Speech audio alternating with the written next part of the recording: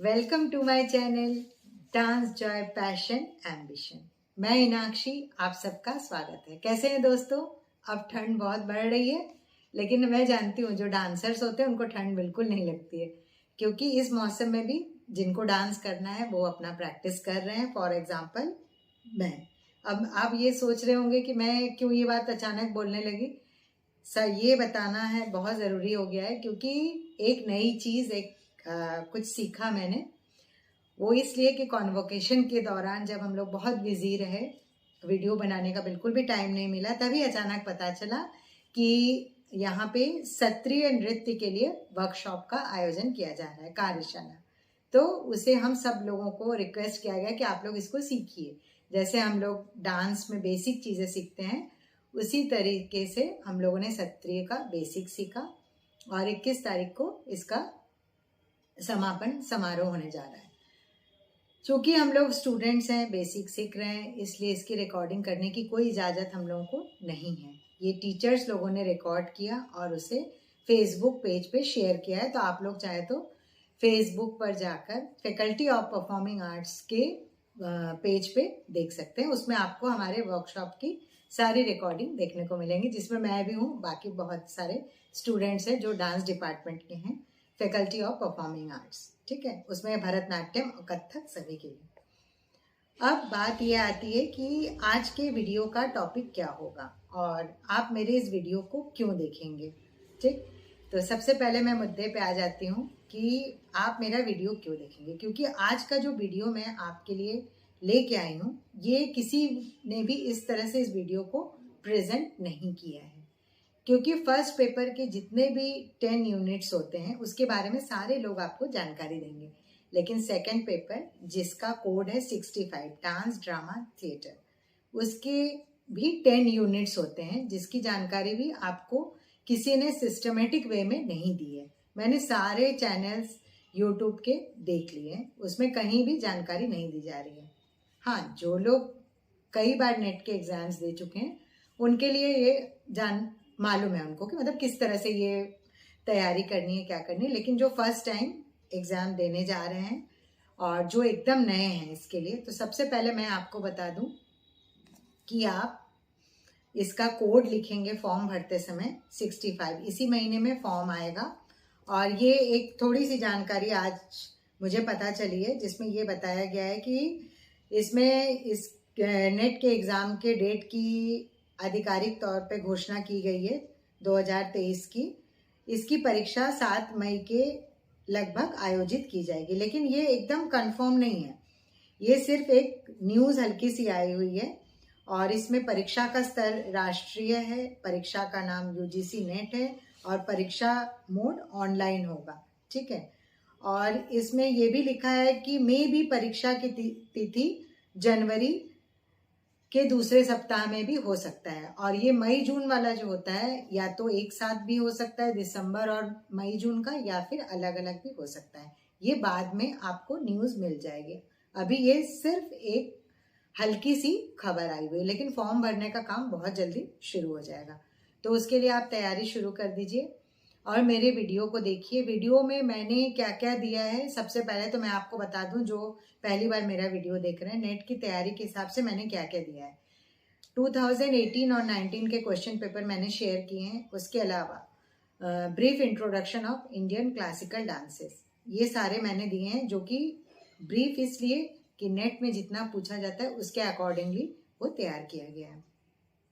इसके अलावा folk dances of India, western ballet part 1 part 2, ये सारी चीज़ें जब आप अच्छी तरह से देख लेंगे तो आपको एक आइडिया लग जाएगा कि नेट में किस तरह के क्वेश्चन पूछे जाते हैं। तो उसी के हिसाब से आप तैयार रहिए, क्योंकि सेकंड पेपर में ये सारे में से एक एक दो दो क्वेश्चन जरूर पूछे जाएंगे और उन क्वेश्चंस के दो दो मार्क्स होंगे। मीन्स आपको 100 क्वेश्चन पूछे जाएंगे और टोटल मार्क्स होंगे 200 के। और पहले पेपर में 50 क्वेश्चंस पूछे जाएंगे और उसके 100 मार्क्स होंगे। मीन्स आपका टोटल नंबर 300 में दिया जाएगा। अब डांस का जो सिलेबस है उसको मैं पढ़ के आपको सुना देती हूँ। ये सब्जेक्ट कोड है इसका 65, अभी मैंने बताया। और ये performing arts, dance, drama and theatre. इसमें फर्स्ट यूनिट से लेके 5th यूनिट तक जो डांस और ड्रामा थिएटर के स्टूडेंट रहेंगे उनका सिलेबस सेम रहेगा, उसमें कोई भी चीज़ें चेंज नहीं होगी। सिलेबस इंग्लिश में अवेलेबल है, हिंदी में है, लेकिन ज़्यादातर लोग हिंदी में एग्जाम्स देते हैं, तो मैं उनको ये हिंदी में पढ़ के सुना देती हूँ।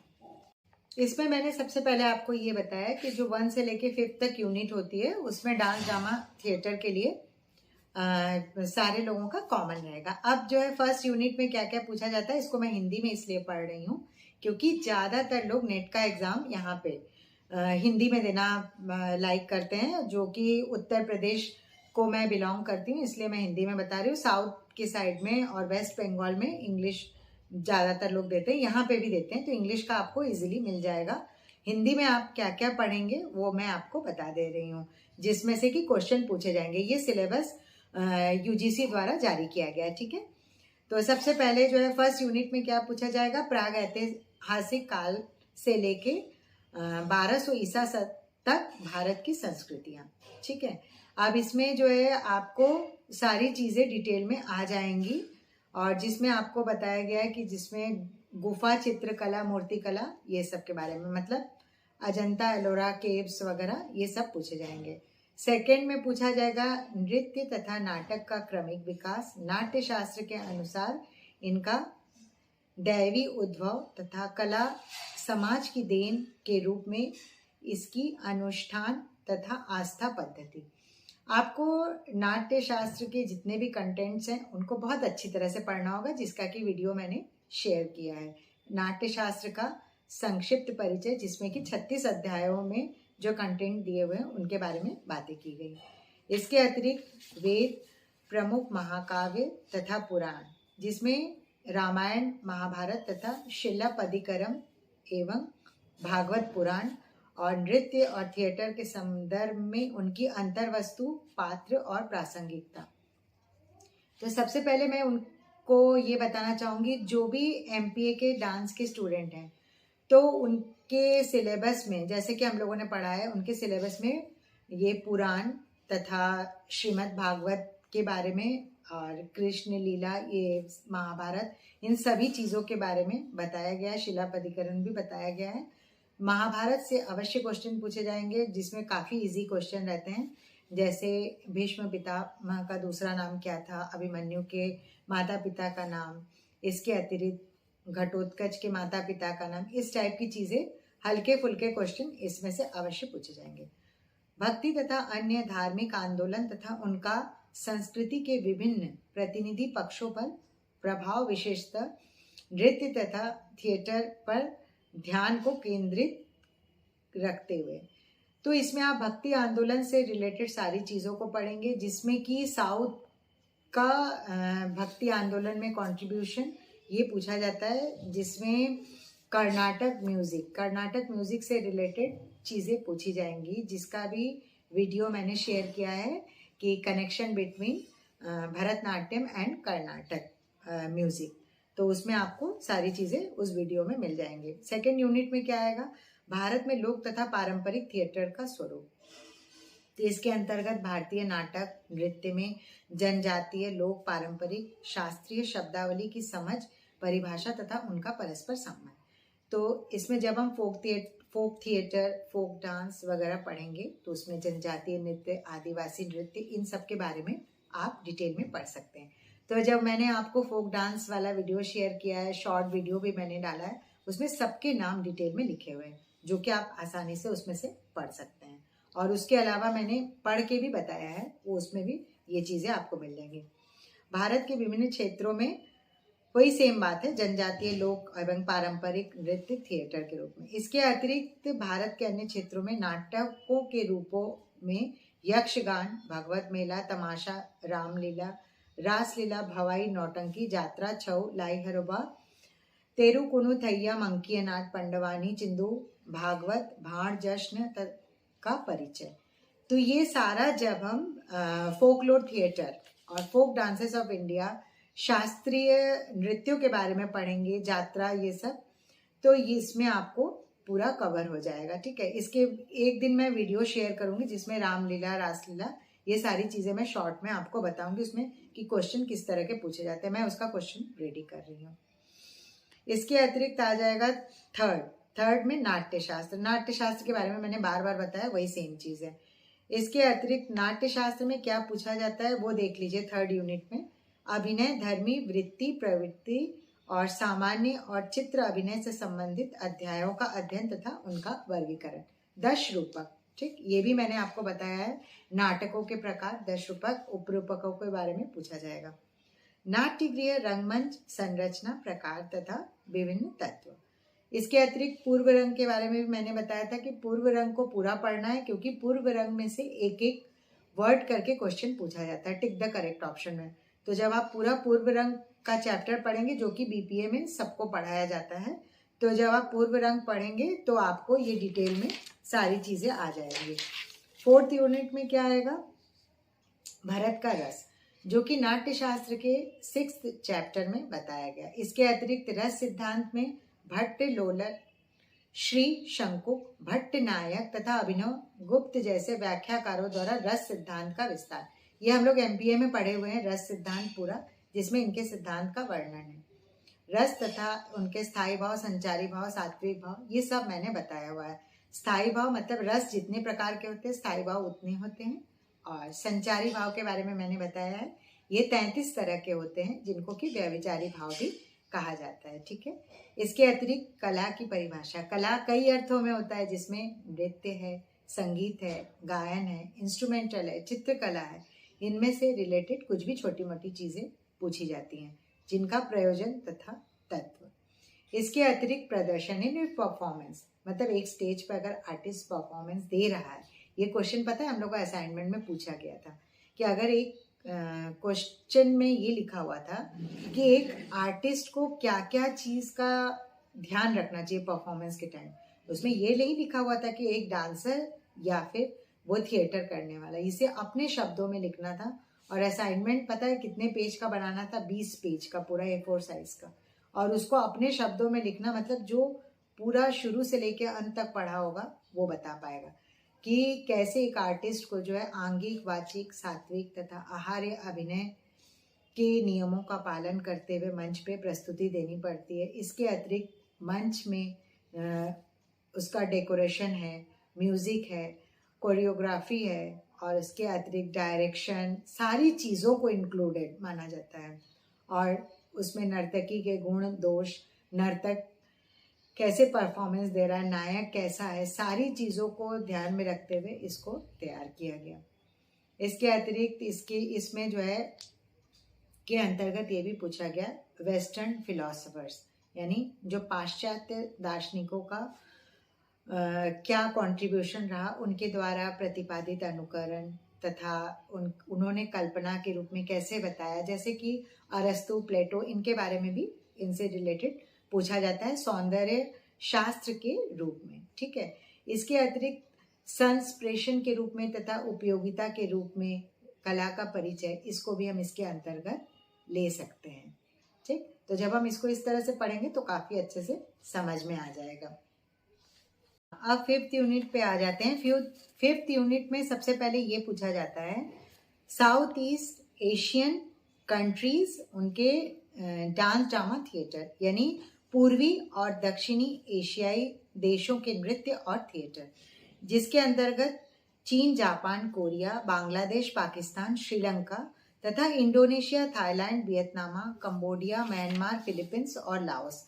तो हमारे एमपीए के जो डांस का सिलेबस है, उसमें जब वेस्टर्न बैले पढ़ाया जाता है, उसके अतिरिक्त पपेट डांस है और बहुत सारी ऐसी चीज़ें हैं। जापान का ये नोह पढ़ाया जाएगा और इसके अतिरिक्त चाइना का ओपेरा। तो ये सारी चीज़ें आप पढ़ने को तो पढ़ सकते हैं, लेकिन मेरे कहने का ये मतलब है जिस तरह से जब हम फर्स्ट पेपर प्रिपेयर करते हैं, उसमें 10 यूनिट्स में सबका 10 यूनिट्स स्ट्रॉन्ग नहीं होता है। किसी का किसी में बहुत अच्छी पकड़ होती है, किसी की दूसरे चीज़ में स्पेशलाइजेशन होता है। तो आप ध्यान रखिए कि जो डांस के 10 यूनिट्स होते हैं, उसमें ज़रूरी नहीं है कि आपका सब यूनिट बहुत अच्छी तरह तैयार हो। अगर आपको अच्छा नंबर लाना है तो उसमें एटलीस्ट 6 to 8 यूनिट्स आपके बहुत अच्छे रेडी होने चाहिए। अगर आप वेस्टर्न बैले और ये सारे थिएटर्स को मेन कवर कर लेते हैं तो अगर कुछ छोटी मोटी चीज़ें छूट भी जा रही हैं, जैसे कि बांग्लादेश का मुख्य सॉन्ग पूछा जाता है और मुख्य नृत्य पूछा जाता है, और एक श्रीलंका का कैंडियन डांस के बारे में जरूर पूछा जाएगा।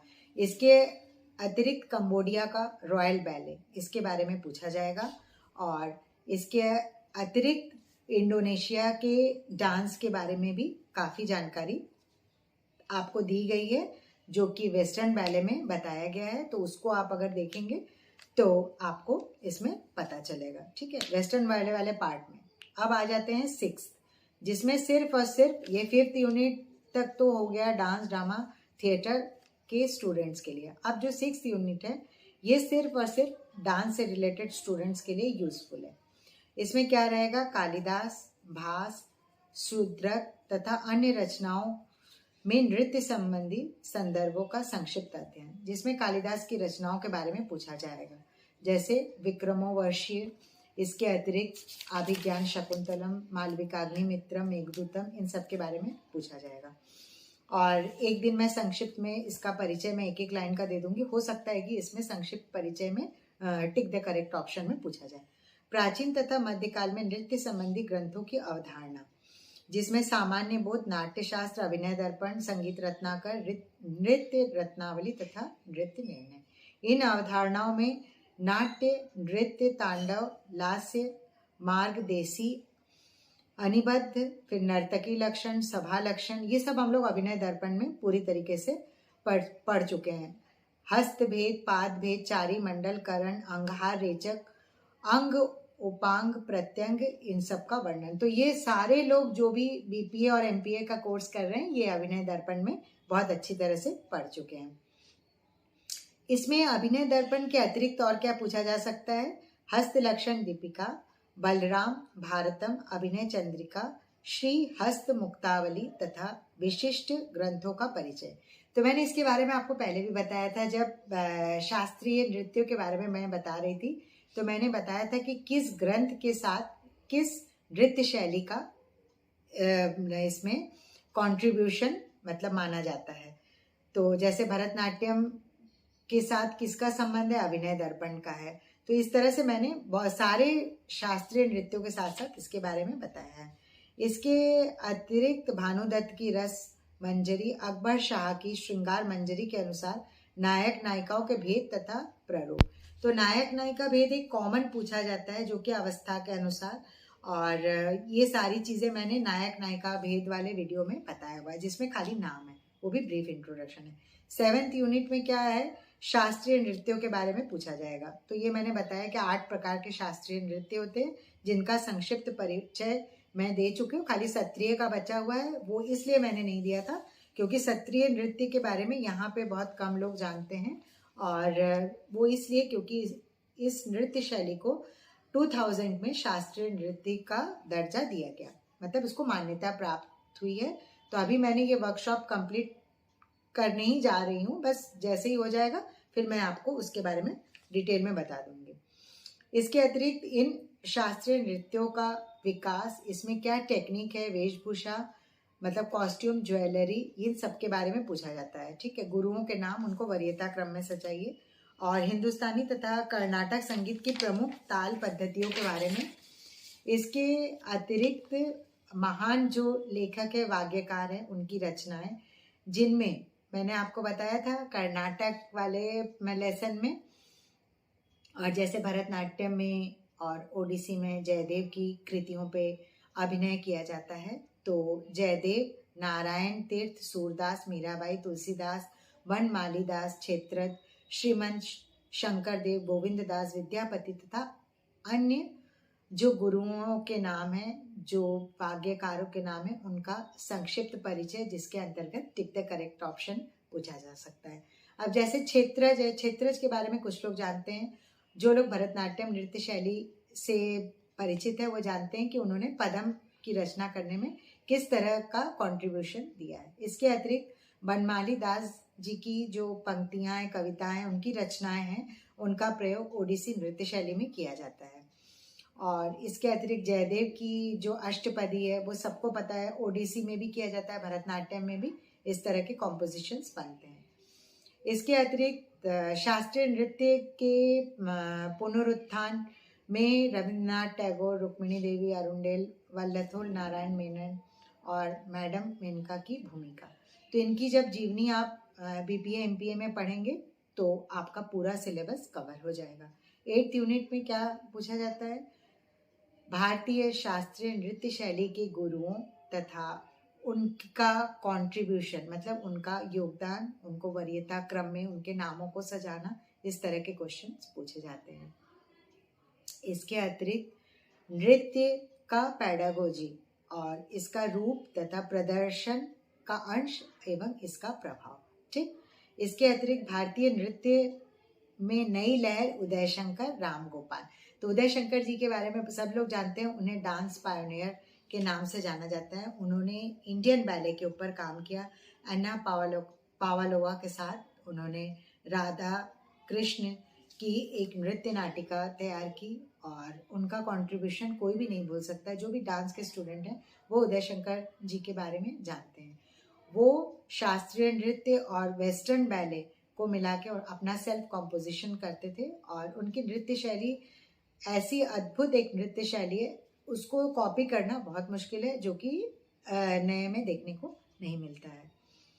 इसके अतिरिक्त और भी कई गुरुओं के नाम हैं जो कि काफ़ी रेपुटेटेड माना जाता है, जिनमें नाम है शांतिवर्धन जी का और सचिन शंकर, मृणालिनी साराभाई, माया राव, कुमुदिनी लाखिया, मंजूश्री चाक सरकार, चंद्रलेखा, अस्ताद देवू तथा अन्य। अस्ताद देवू के बारे में सब जानते हैं कि कथक नृत्य शैली में उनका कंट्रीब्यूशन क्या रहा। इसके अतिरिक्त नृत्य पृष्ठ पोशाक तथा सरकारी एवं निजी निकायों की भूमिका, मतलब ये जो नृत्य के महोत्सव होते हैं या ये सारी चीज़ें जो ऑर्गेनाइज किए जाते हैं, रिनाउंड डांस फेस्टिवल होते हैं, इन सब में मतलब गवर्नमेंट की तरफ से और मतलब निजी स्टेट लेवल पर और प्राइवेट जो संस्थाएं होती हैं उनकी क्या भूमिकाएं होती है, तो उसके बारे में अगर आप थोड़ी थोड़ी जानकारी प्राप्त कर लेंगे, जैसे ICCR है और उसके अलावा संगीत नाटक एकेडमी है, इन सब के बारे में अगर आप थोड़ी थोड़ी जानकारी हासिल कर लेंगे तो उसमें छोटे छोटे क्वेश्चन का आंसर आसानी से लिख सकते हैं। इसके अतिरिक्त जो भारतवर्ष में नृत्य महोत्सवों का आयोजन होता है मुख्य रूप से, तो जैसे खजुराहो फेस्टिवल है, निशा गांधी है, ये सब आप अच्छे से उसको पढ़ लेंगे तो उसमें। अब आपको सबसे एक इंटरेस्टिंग चीज़ बताती हूँ कि 8th यूनिट में जो ये एक टॉपिक है, महत्वपूर्ण नृत्य उत्सव, पुरस्कार, कलाकार तथा नृत्य से संबंधित वर्तमान की घटनाएं। मैंने एक शॉर्ट वीडियो शेयर किया जिसमें फोक डांसेस ऑफ इंडिया और उसके अतिरिक्त renowned dance festivals of India, तो उसमें सारा कुछ लिखा हुआ है। आप मेरे उस वीडियो को चला के देखेंगे, उसमें म्यूजिक के साथ उस वीडियो में सब कुछ लिखा हुआ है, उसको चाहे तो आप स्क्रीनशॉट भी ले सकते हैं। ठीक, अब 9th यूनिट पे आ जाते हैं, जो नृत्य शिक्षण तथा शिक्षा शास्त्र यानी पेडागोजी और शोध यानी रिसर्च। नृत्य तथा स्कूली शिक्षा से विश्वविद्यालय व्यवस्था में क्या मतलब पाठ्यक्रम में क्या पढ़ाया जाता है उसके रूप में। इसके अतिरिक्त सुपर प्रसिद्ध विद्वान तथा उनके कार्य तथा उनका डांस में कंट्रीब्यूशन, यानी भारतीय नृत्य शैली में जो वैज्ञानिक हैं उनका कुछ कंट्रीब्यूशन है या नहीं है। इससे रिलेटेड क्वेश्चन बहुत कम ही पूछा जाता है, खाली थोड़ा बहुत पूछा जा सकता है, लेकिन मुझे तो अभी तक के पेपर में ऐसा कुछ दिखा नहीं। और इसके अतिरिक्त एक चीज़ और भी दिया हुआ है, उन्होंने भारतीय नृत्य के ज्ञान में क्या योगदान दिया। इसके अतिरिक्त 1930 के दशक से लेकर आज तक भारत में नृत्य के शिक्षण शोध पर बनाए गए मुख्य मार्ग, जिसमें नृत्य से संबंधित चीज़ें और कुछ पेपर और इसके अतिरिक्त विद्वानों के विचार और विद्वता की प्रवृत्तियाँ, ये सब। तो इसमें कुछ ऐसे ऐसे कलाकार हैं जो विदेश से आए, जैसे रागिनी देवी जिनका नाम एस्तोर शर्मन, उन्होंने काफ़ी सारा कार्य किया। इसके अतिरिक्त अन्ना पावलोवा, रुक्मिणी देवी अरुंडेल भी विदेश गई, उन्होंने वहाँ के बहुत सारी चीज़ों को रिसर्च में अपने ऐड किया, फिर उसके आधार पर भरतनाट्यम नृत्य शैली में काफ़ी कुछ परिवर्तित किया, उसमें कुछ नई चीज़ों को जोड़ा और वहाँ से लेके अपनी लेकिन उन्होंने एक चीज ये किया कि भारतीय शास्त्रीय नृत्य की जो रूपरेखा थी उस पर कोई भी परिवर्तन नहीं किया, उसको एज इट इज रखते हुए उसमें नई नई चीजों को मॉडर्नाइज करते हुए आपके सामने सब कुछ रखा, जो कि समय के साथ साथ हम पढ़ते जा रहे हैं और हमको नई नई चीजों के बारे में जानकारी हासिल होती जा रही है। अब आखिरी यूनिट है 10th, जिसमें कि अंतर्राष्ट्रीय नृत्य एवं समव्यवहार, जिसमें शास्त्रीय बैले का यूरोप, रूस, अमेरिका में इतिहास तथा विकास। तो वेस्टर्न बैले पार्ट 1 और पार्ट 2 मेरा देख लीजिए, आपको बहुत हेल्प मिलेगी, इसमें पूरा डिटेल दिया है। पश्चिम में आधुनिक नृत्य का अभ्युदय तथा उनसे संबंधित प्रमुख व्यक्तित्व। तो इसाडोरा डंकन, जो कि वेस्टर्न डांस, जिनके बारे में कहा जाता है कि उनका कंट्रीब्यूशन कोई भी भूल नहीं सकता है। तो जब आप वेस्टर्न डांस और मॉडर्न डांस में उनके कंट्रीब्यूशन को पढ़ेंगे, जो बैले के बाद का स्टेज आता है वेस्टर्न डांस में मॉडर्न डांस, जो कि बैले के बाद का पीरियड माना जाता है, जिसमें इसाडोरा डंकन का कंट्रीब्यूशन है। इसके अतिरिक्त लुइस फोर्टिन के बारे में भी मैंने बताया है बैले डांस में। तो आगे चल के बहुत सारे ऐसे हैं, जब आप इस डांस को पढ़ेंगे, मॉडर्न डांस, वेस्टर्न डांस, तो इसमें आपको सारी जानकारी मिल जाएगी। और इंडिया में आधुनिक डांस के पायोनियर उदय शंकर जी हैं, उसके बारे में मैंने अभी आपको बताया। इसके अतिरिक्त भारतीय नृत्यों पर पश्चिमी प्रभाव, भारतीय नृत्यों पर पश्चिमी प्रभाव पड़ा, लेकिन आज भी कुछ ऐसे कलाकार हैं, कुछ ऐसे गुरु हैं जो सिखा के गए हैं, उनको उसी तरह एज इट इज फॉलो किया जा रहा है। ठीक है, तो आप इस वीडियो को पूरी तरीके से देखिए और इस सिलेबस को अगर आप पूरी तरीके से फॉलो करते हैं तो आई थिंक नेट में आपका एक भी टॉपिक नहीं छूटेगा। अगर आपका कोई पार्ट इसमें तैयार नहीं है तो इसमें टेंशन लेने वाली कोई बात नहीं है। 6 से 8 यूनिट आप अच्छी तरह से रेडी कर लीजिए, क्योंकि जो भी मैंने पेपर दिया, अभी मैं क्वेश्चन भी आपको 2021 वाला भी शेयर करूंगी, तो आपको एक आइडिया लग जाएगा। और पुराने सारे वीडियोस आप देखिए, उसमें मैंने सबके नाम बताए हुए हैं और यही सब चीज़ें पूछ जाएंगी। ठीक है, तो वीडियो को ज़्यादा लंबा ना करते हुए, घुमा फिरा के बातें ना करते हुए, सिर्फ काम की बात पे आ जाते हैं और इसमें ये बताते हैं कि इन 10 यूनिट्स को रेडी करके कैसे हम एग्ज़ाम की तैयारी करते हैं। और बेस्ट विशेस सबके लिए। आप हंसते रहिए, हंसाते रहिए, वीडियो को देखिए और सबसे इम्पॉर्टेंट काम, जैसे मैं आपको हेल्प कर रही हूँ, मैं आपके एग्ज़ाम्स की तैयारी में आपको जो भी मुझे पता है वो मैं बता रही हूँ, तो उसी तरह से आप लाइक, कमेंट, शेयर और सब्सक्राइब करिए, जिससे और लोगों को भी जानकारी मिले और मैं अच्छे अच्छे वीडियो और बना सकूँ। क्योंकि एक चीज़ मैंने इन अपनी स्टडी के दौरान महसूस किया कि सारी चीज़ें एक जगह पे नहीं मिलती है, उसके लिए आपको हर जगह ढूंढना पड़ेगा। कुछ चीज़ें कहीं पे मिलेगी, कुछ क्लासेस अटेंड करने पे, कुछ सेमिनार में, कुछ बुक से, कुछ आपको नेट से, तो हर चीज़ हेल्पफुल है, लेकिन उसकी प्रामाणिकता को जांच करके तब आप पढ़िए। ठीक है, तो आपके एग्ज़ाम के रिजल्ट बेस्ट होंगे, बेस्ट। तो देखते रहिए और फिर आगे मैं कुछ नया चीज़ लाऊंगी और जो तब आप महसूस करेंगे कि मेरे वीडियो में क्या नया है। ठीक, तो आज के लिए इतना ही काफ़ी है। Thank you everyone, have a nice day.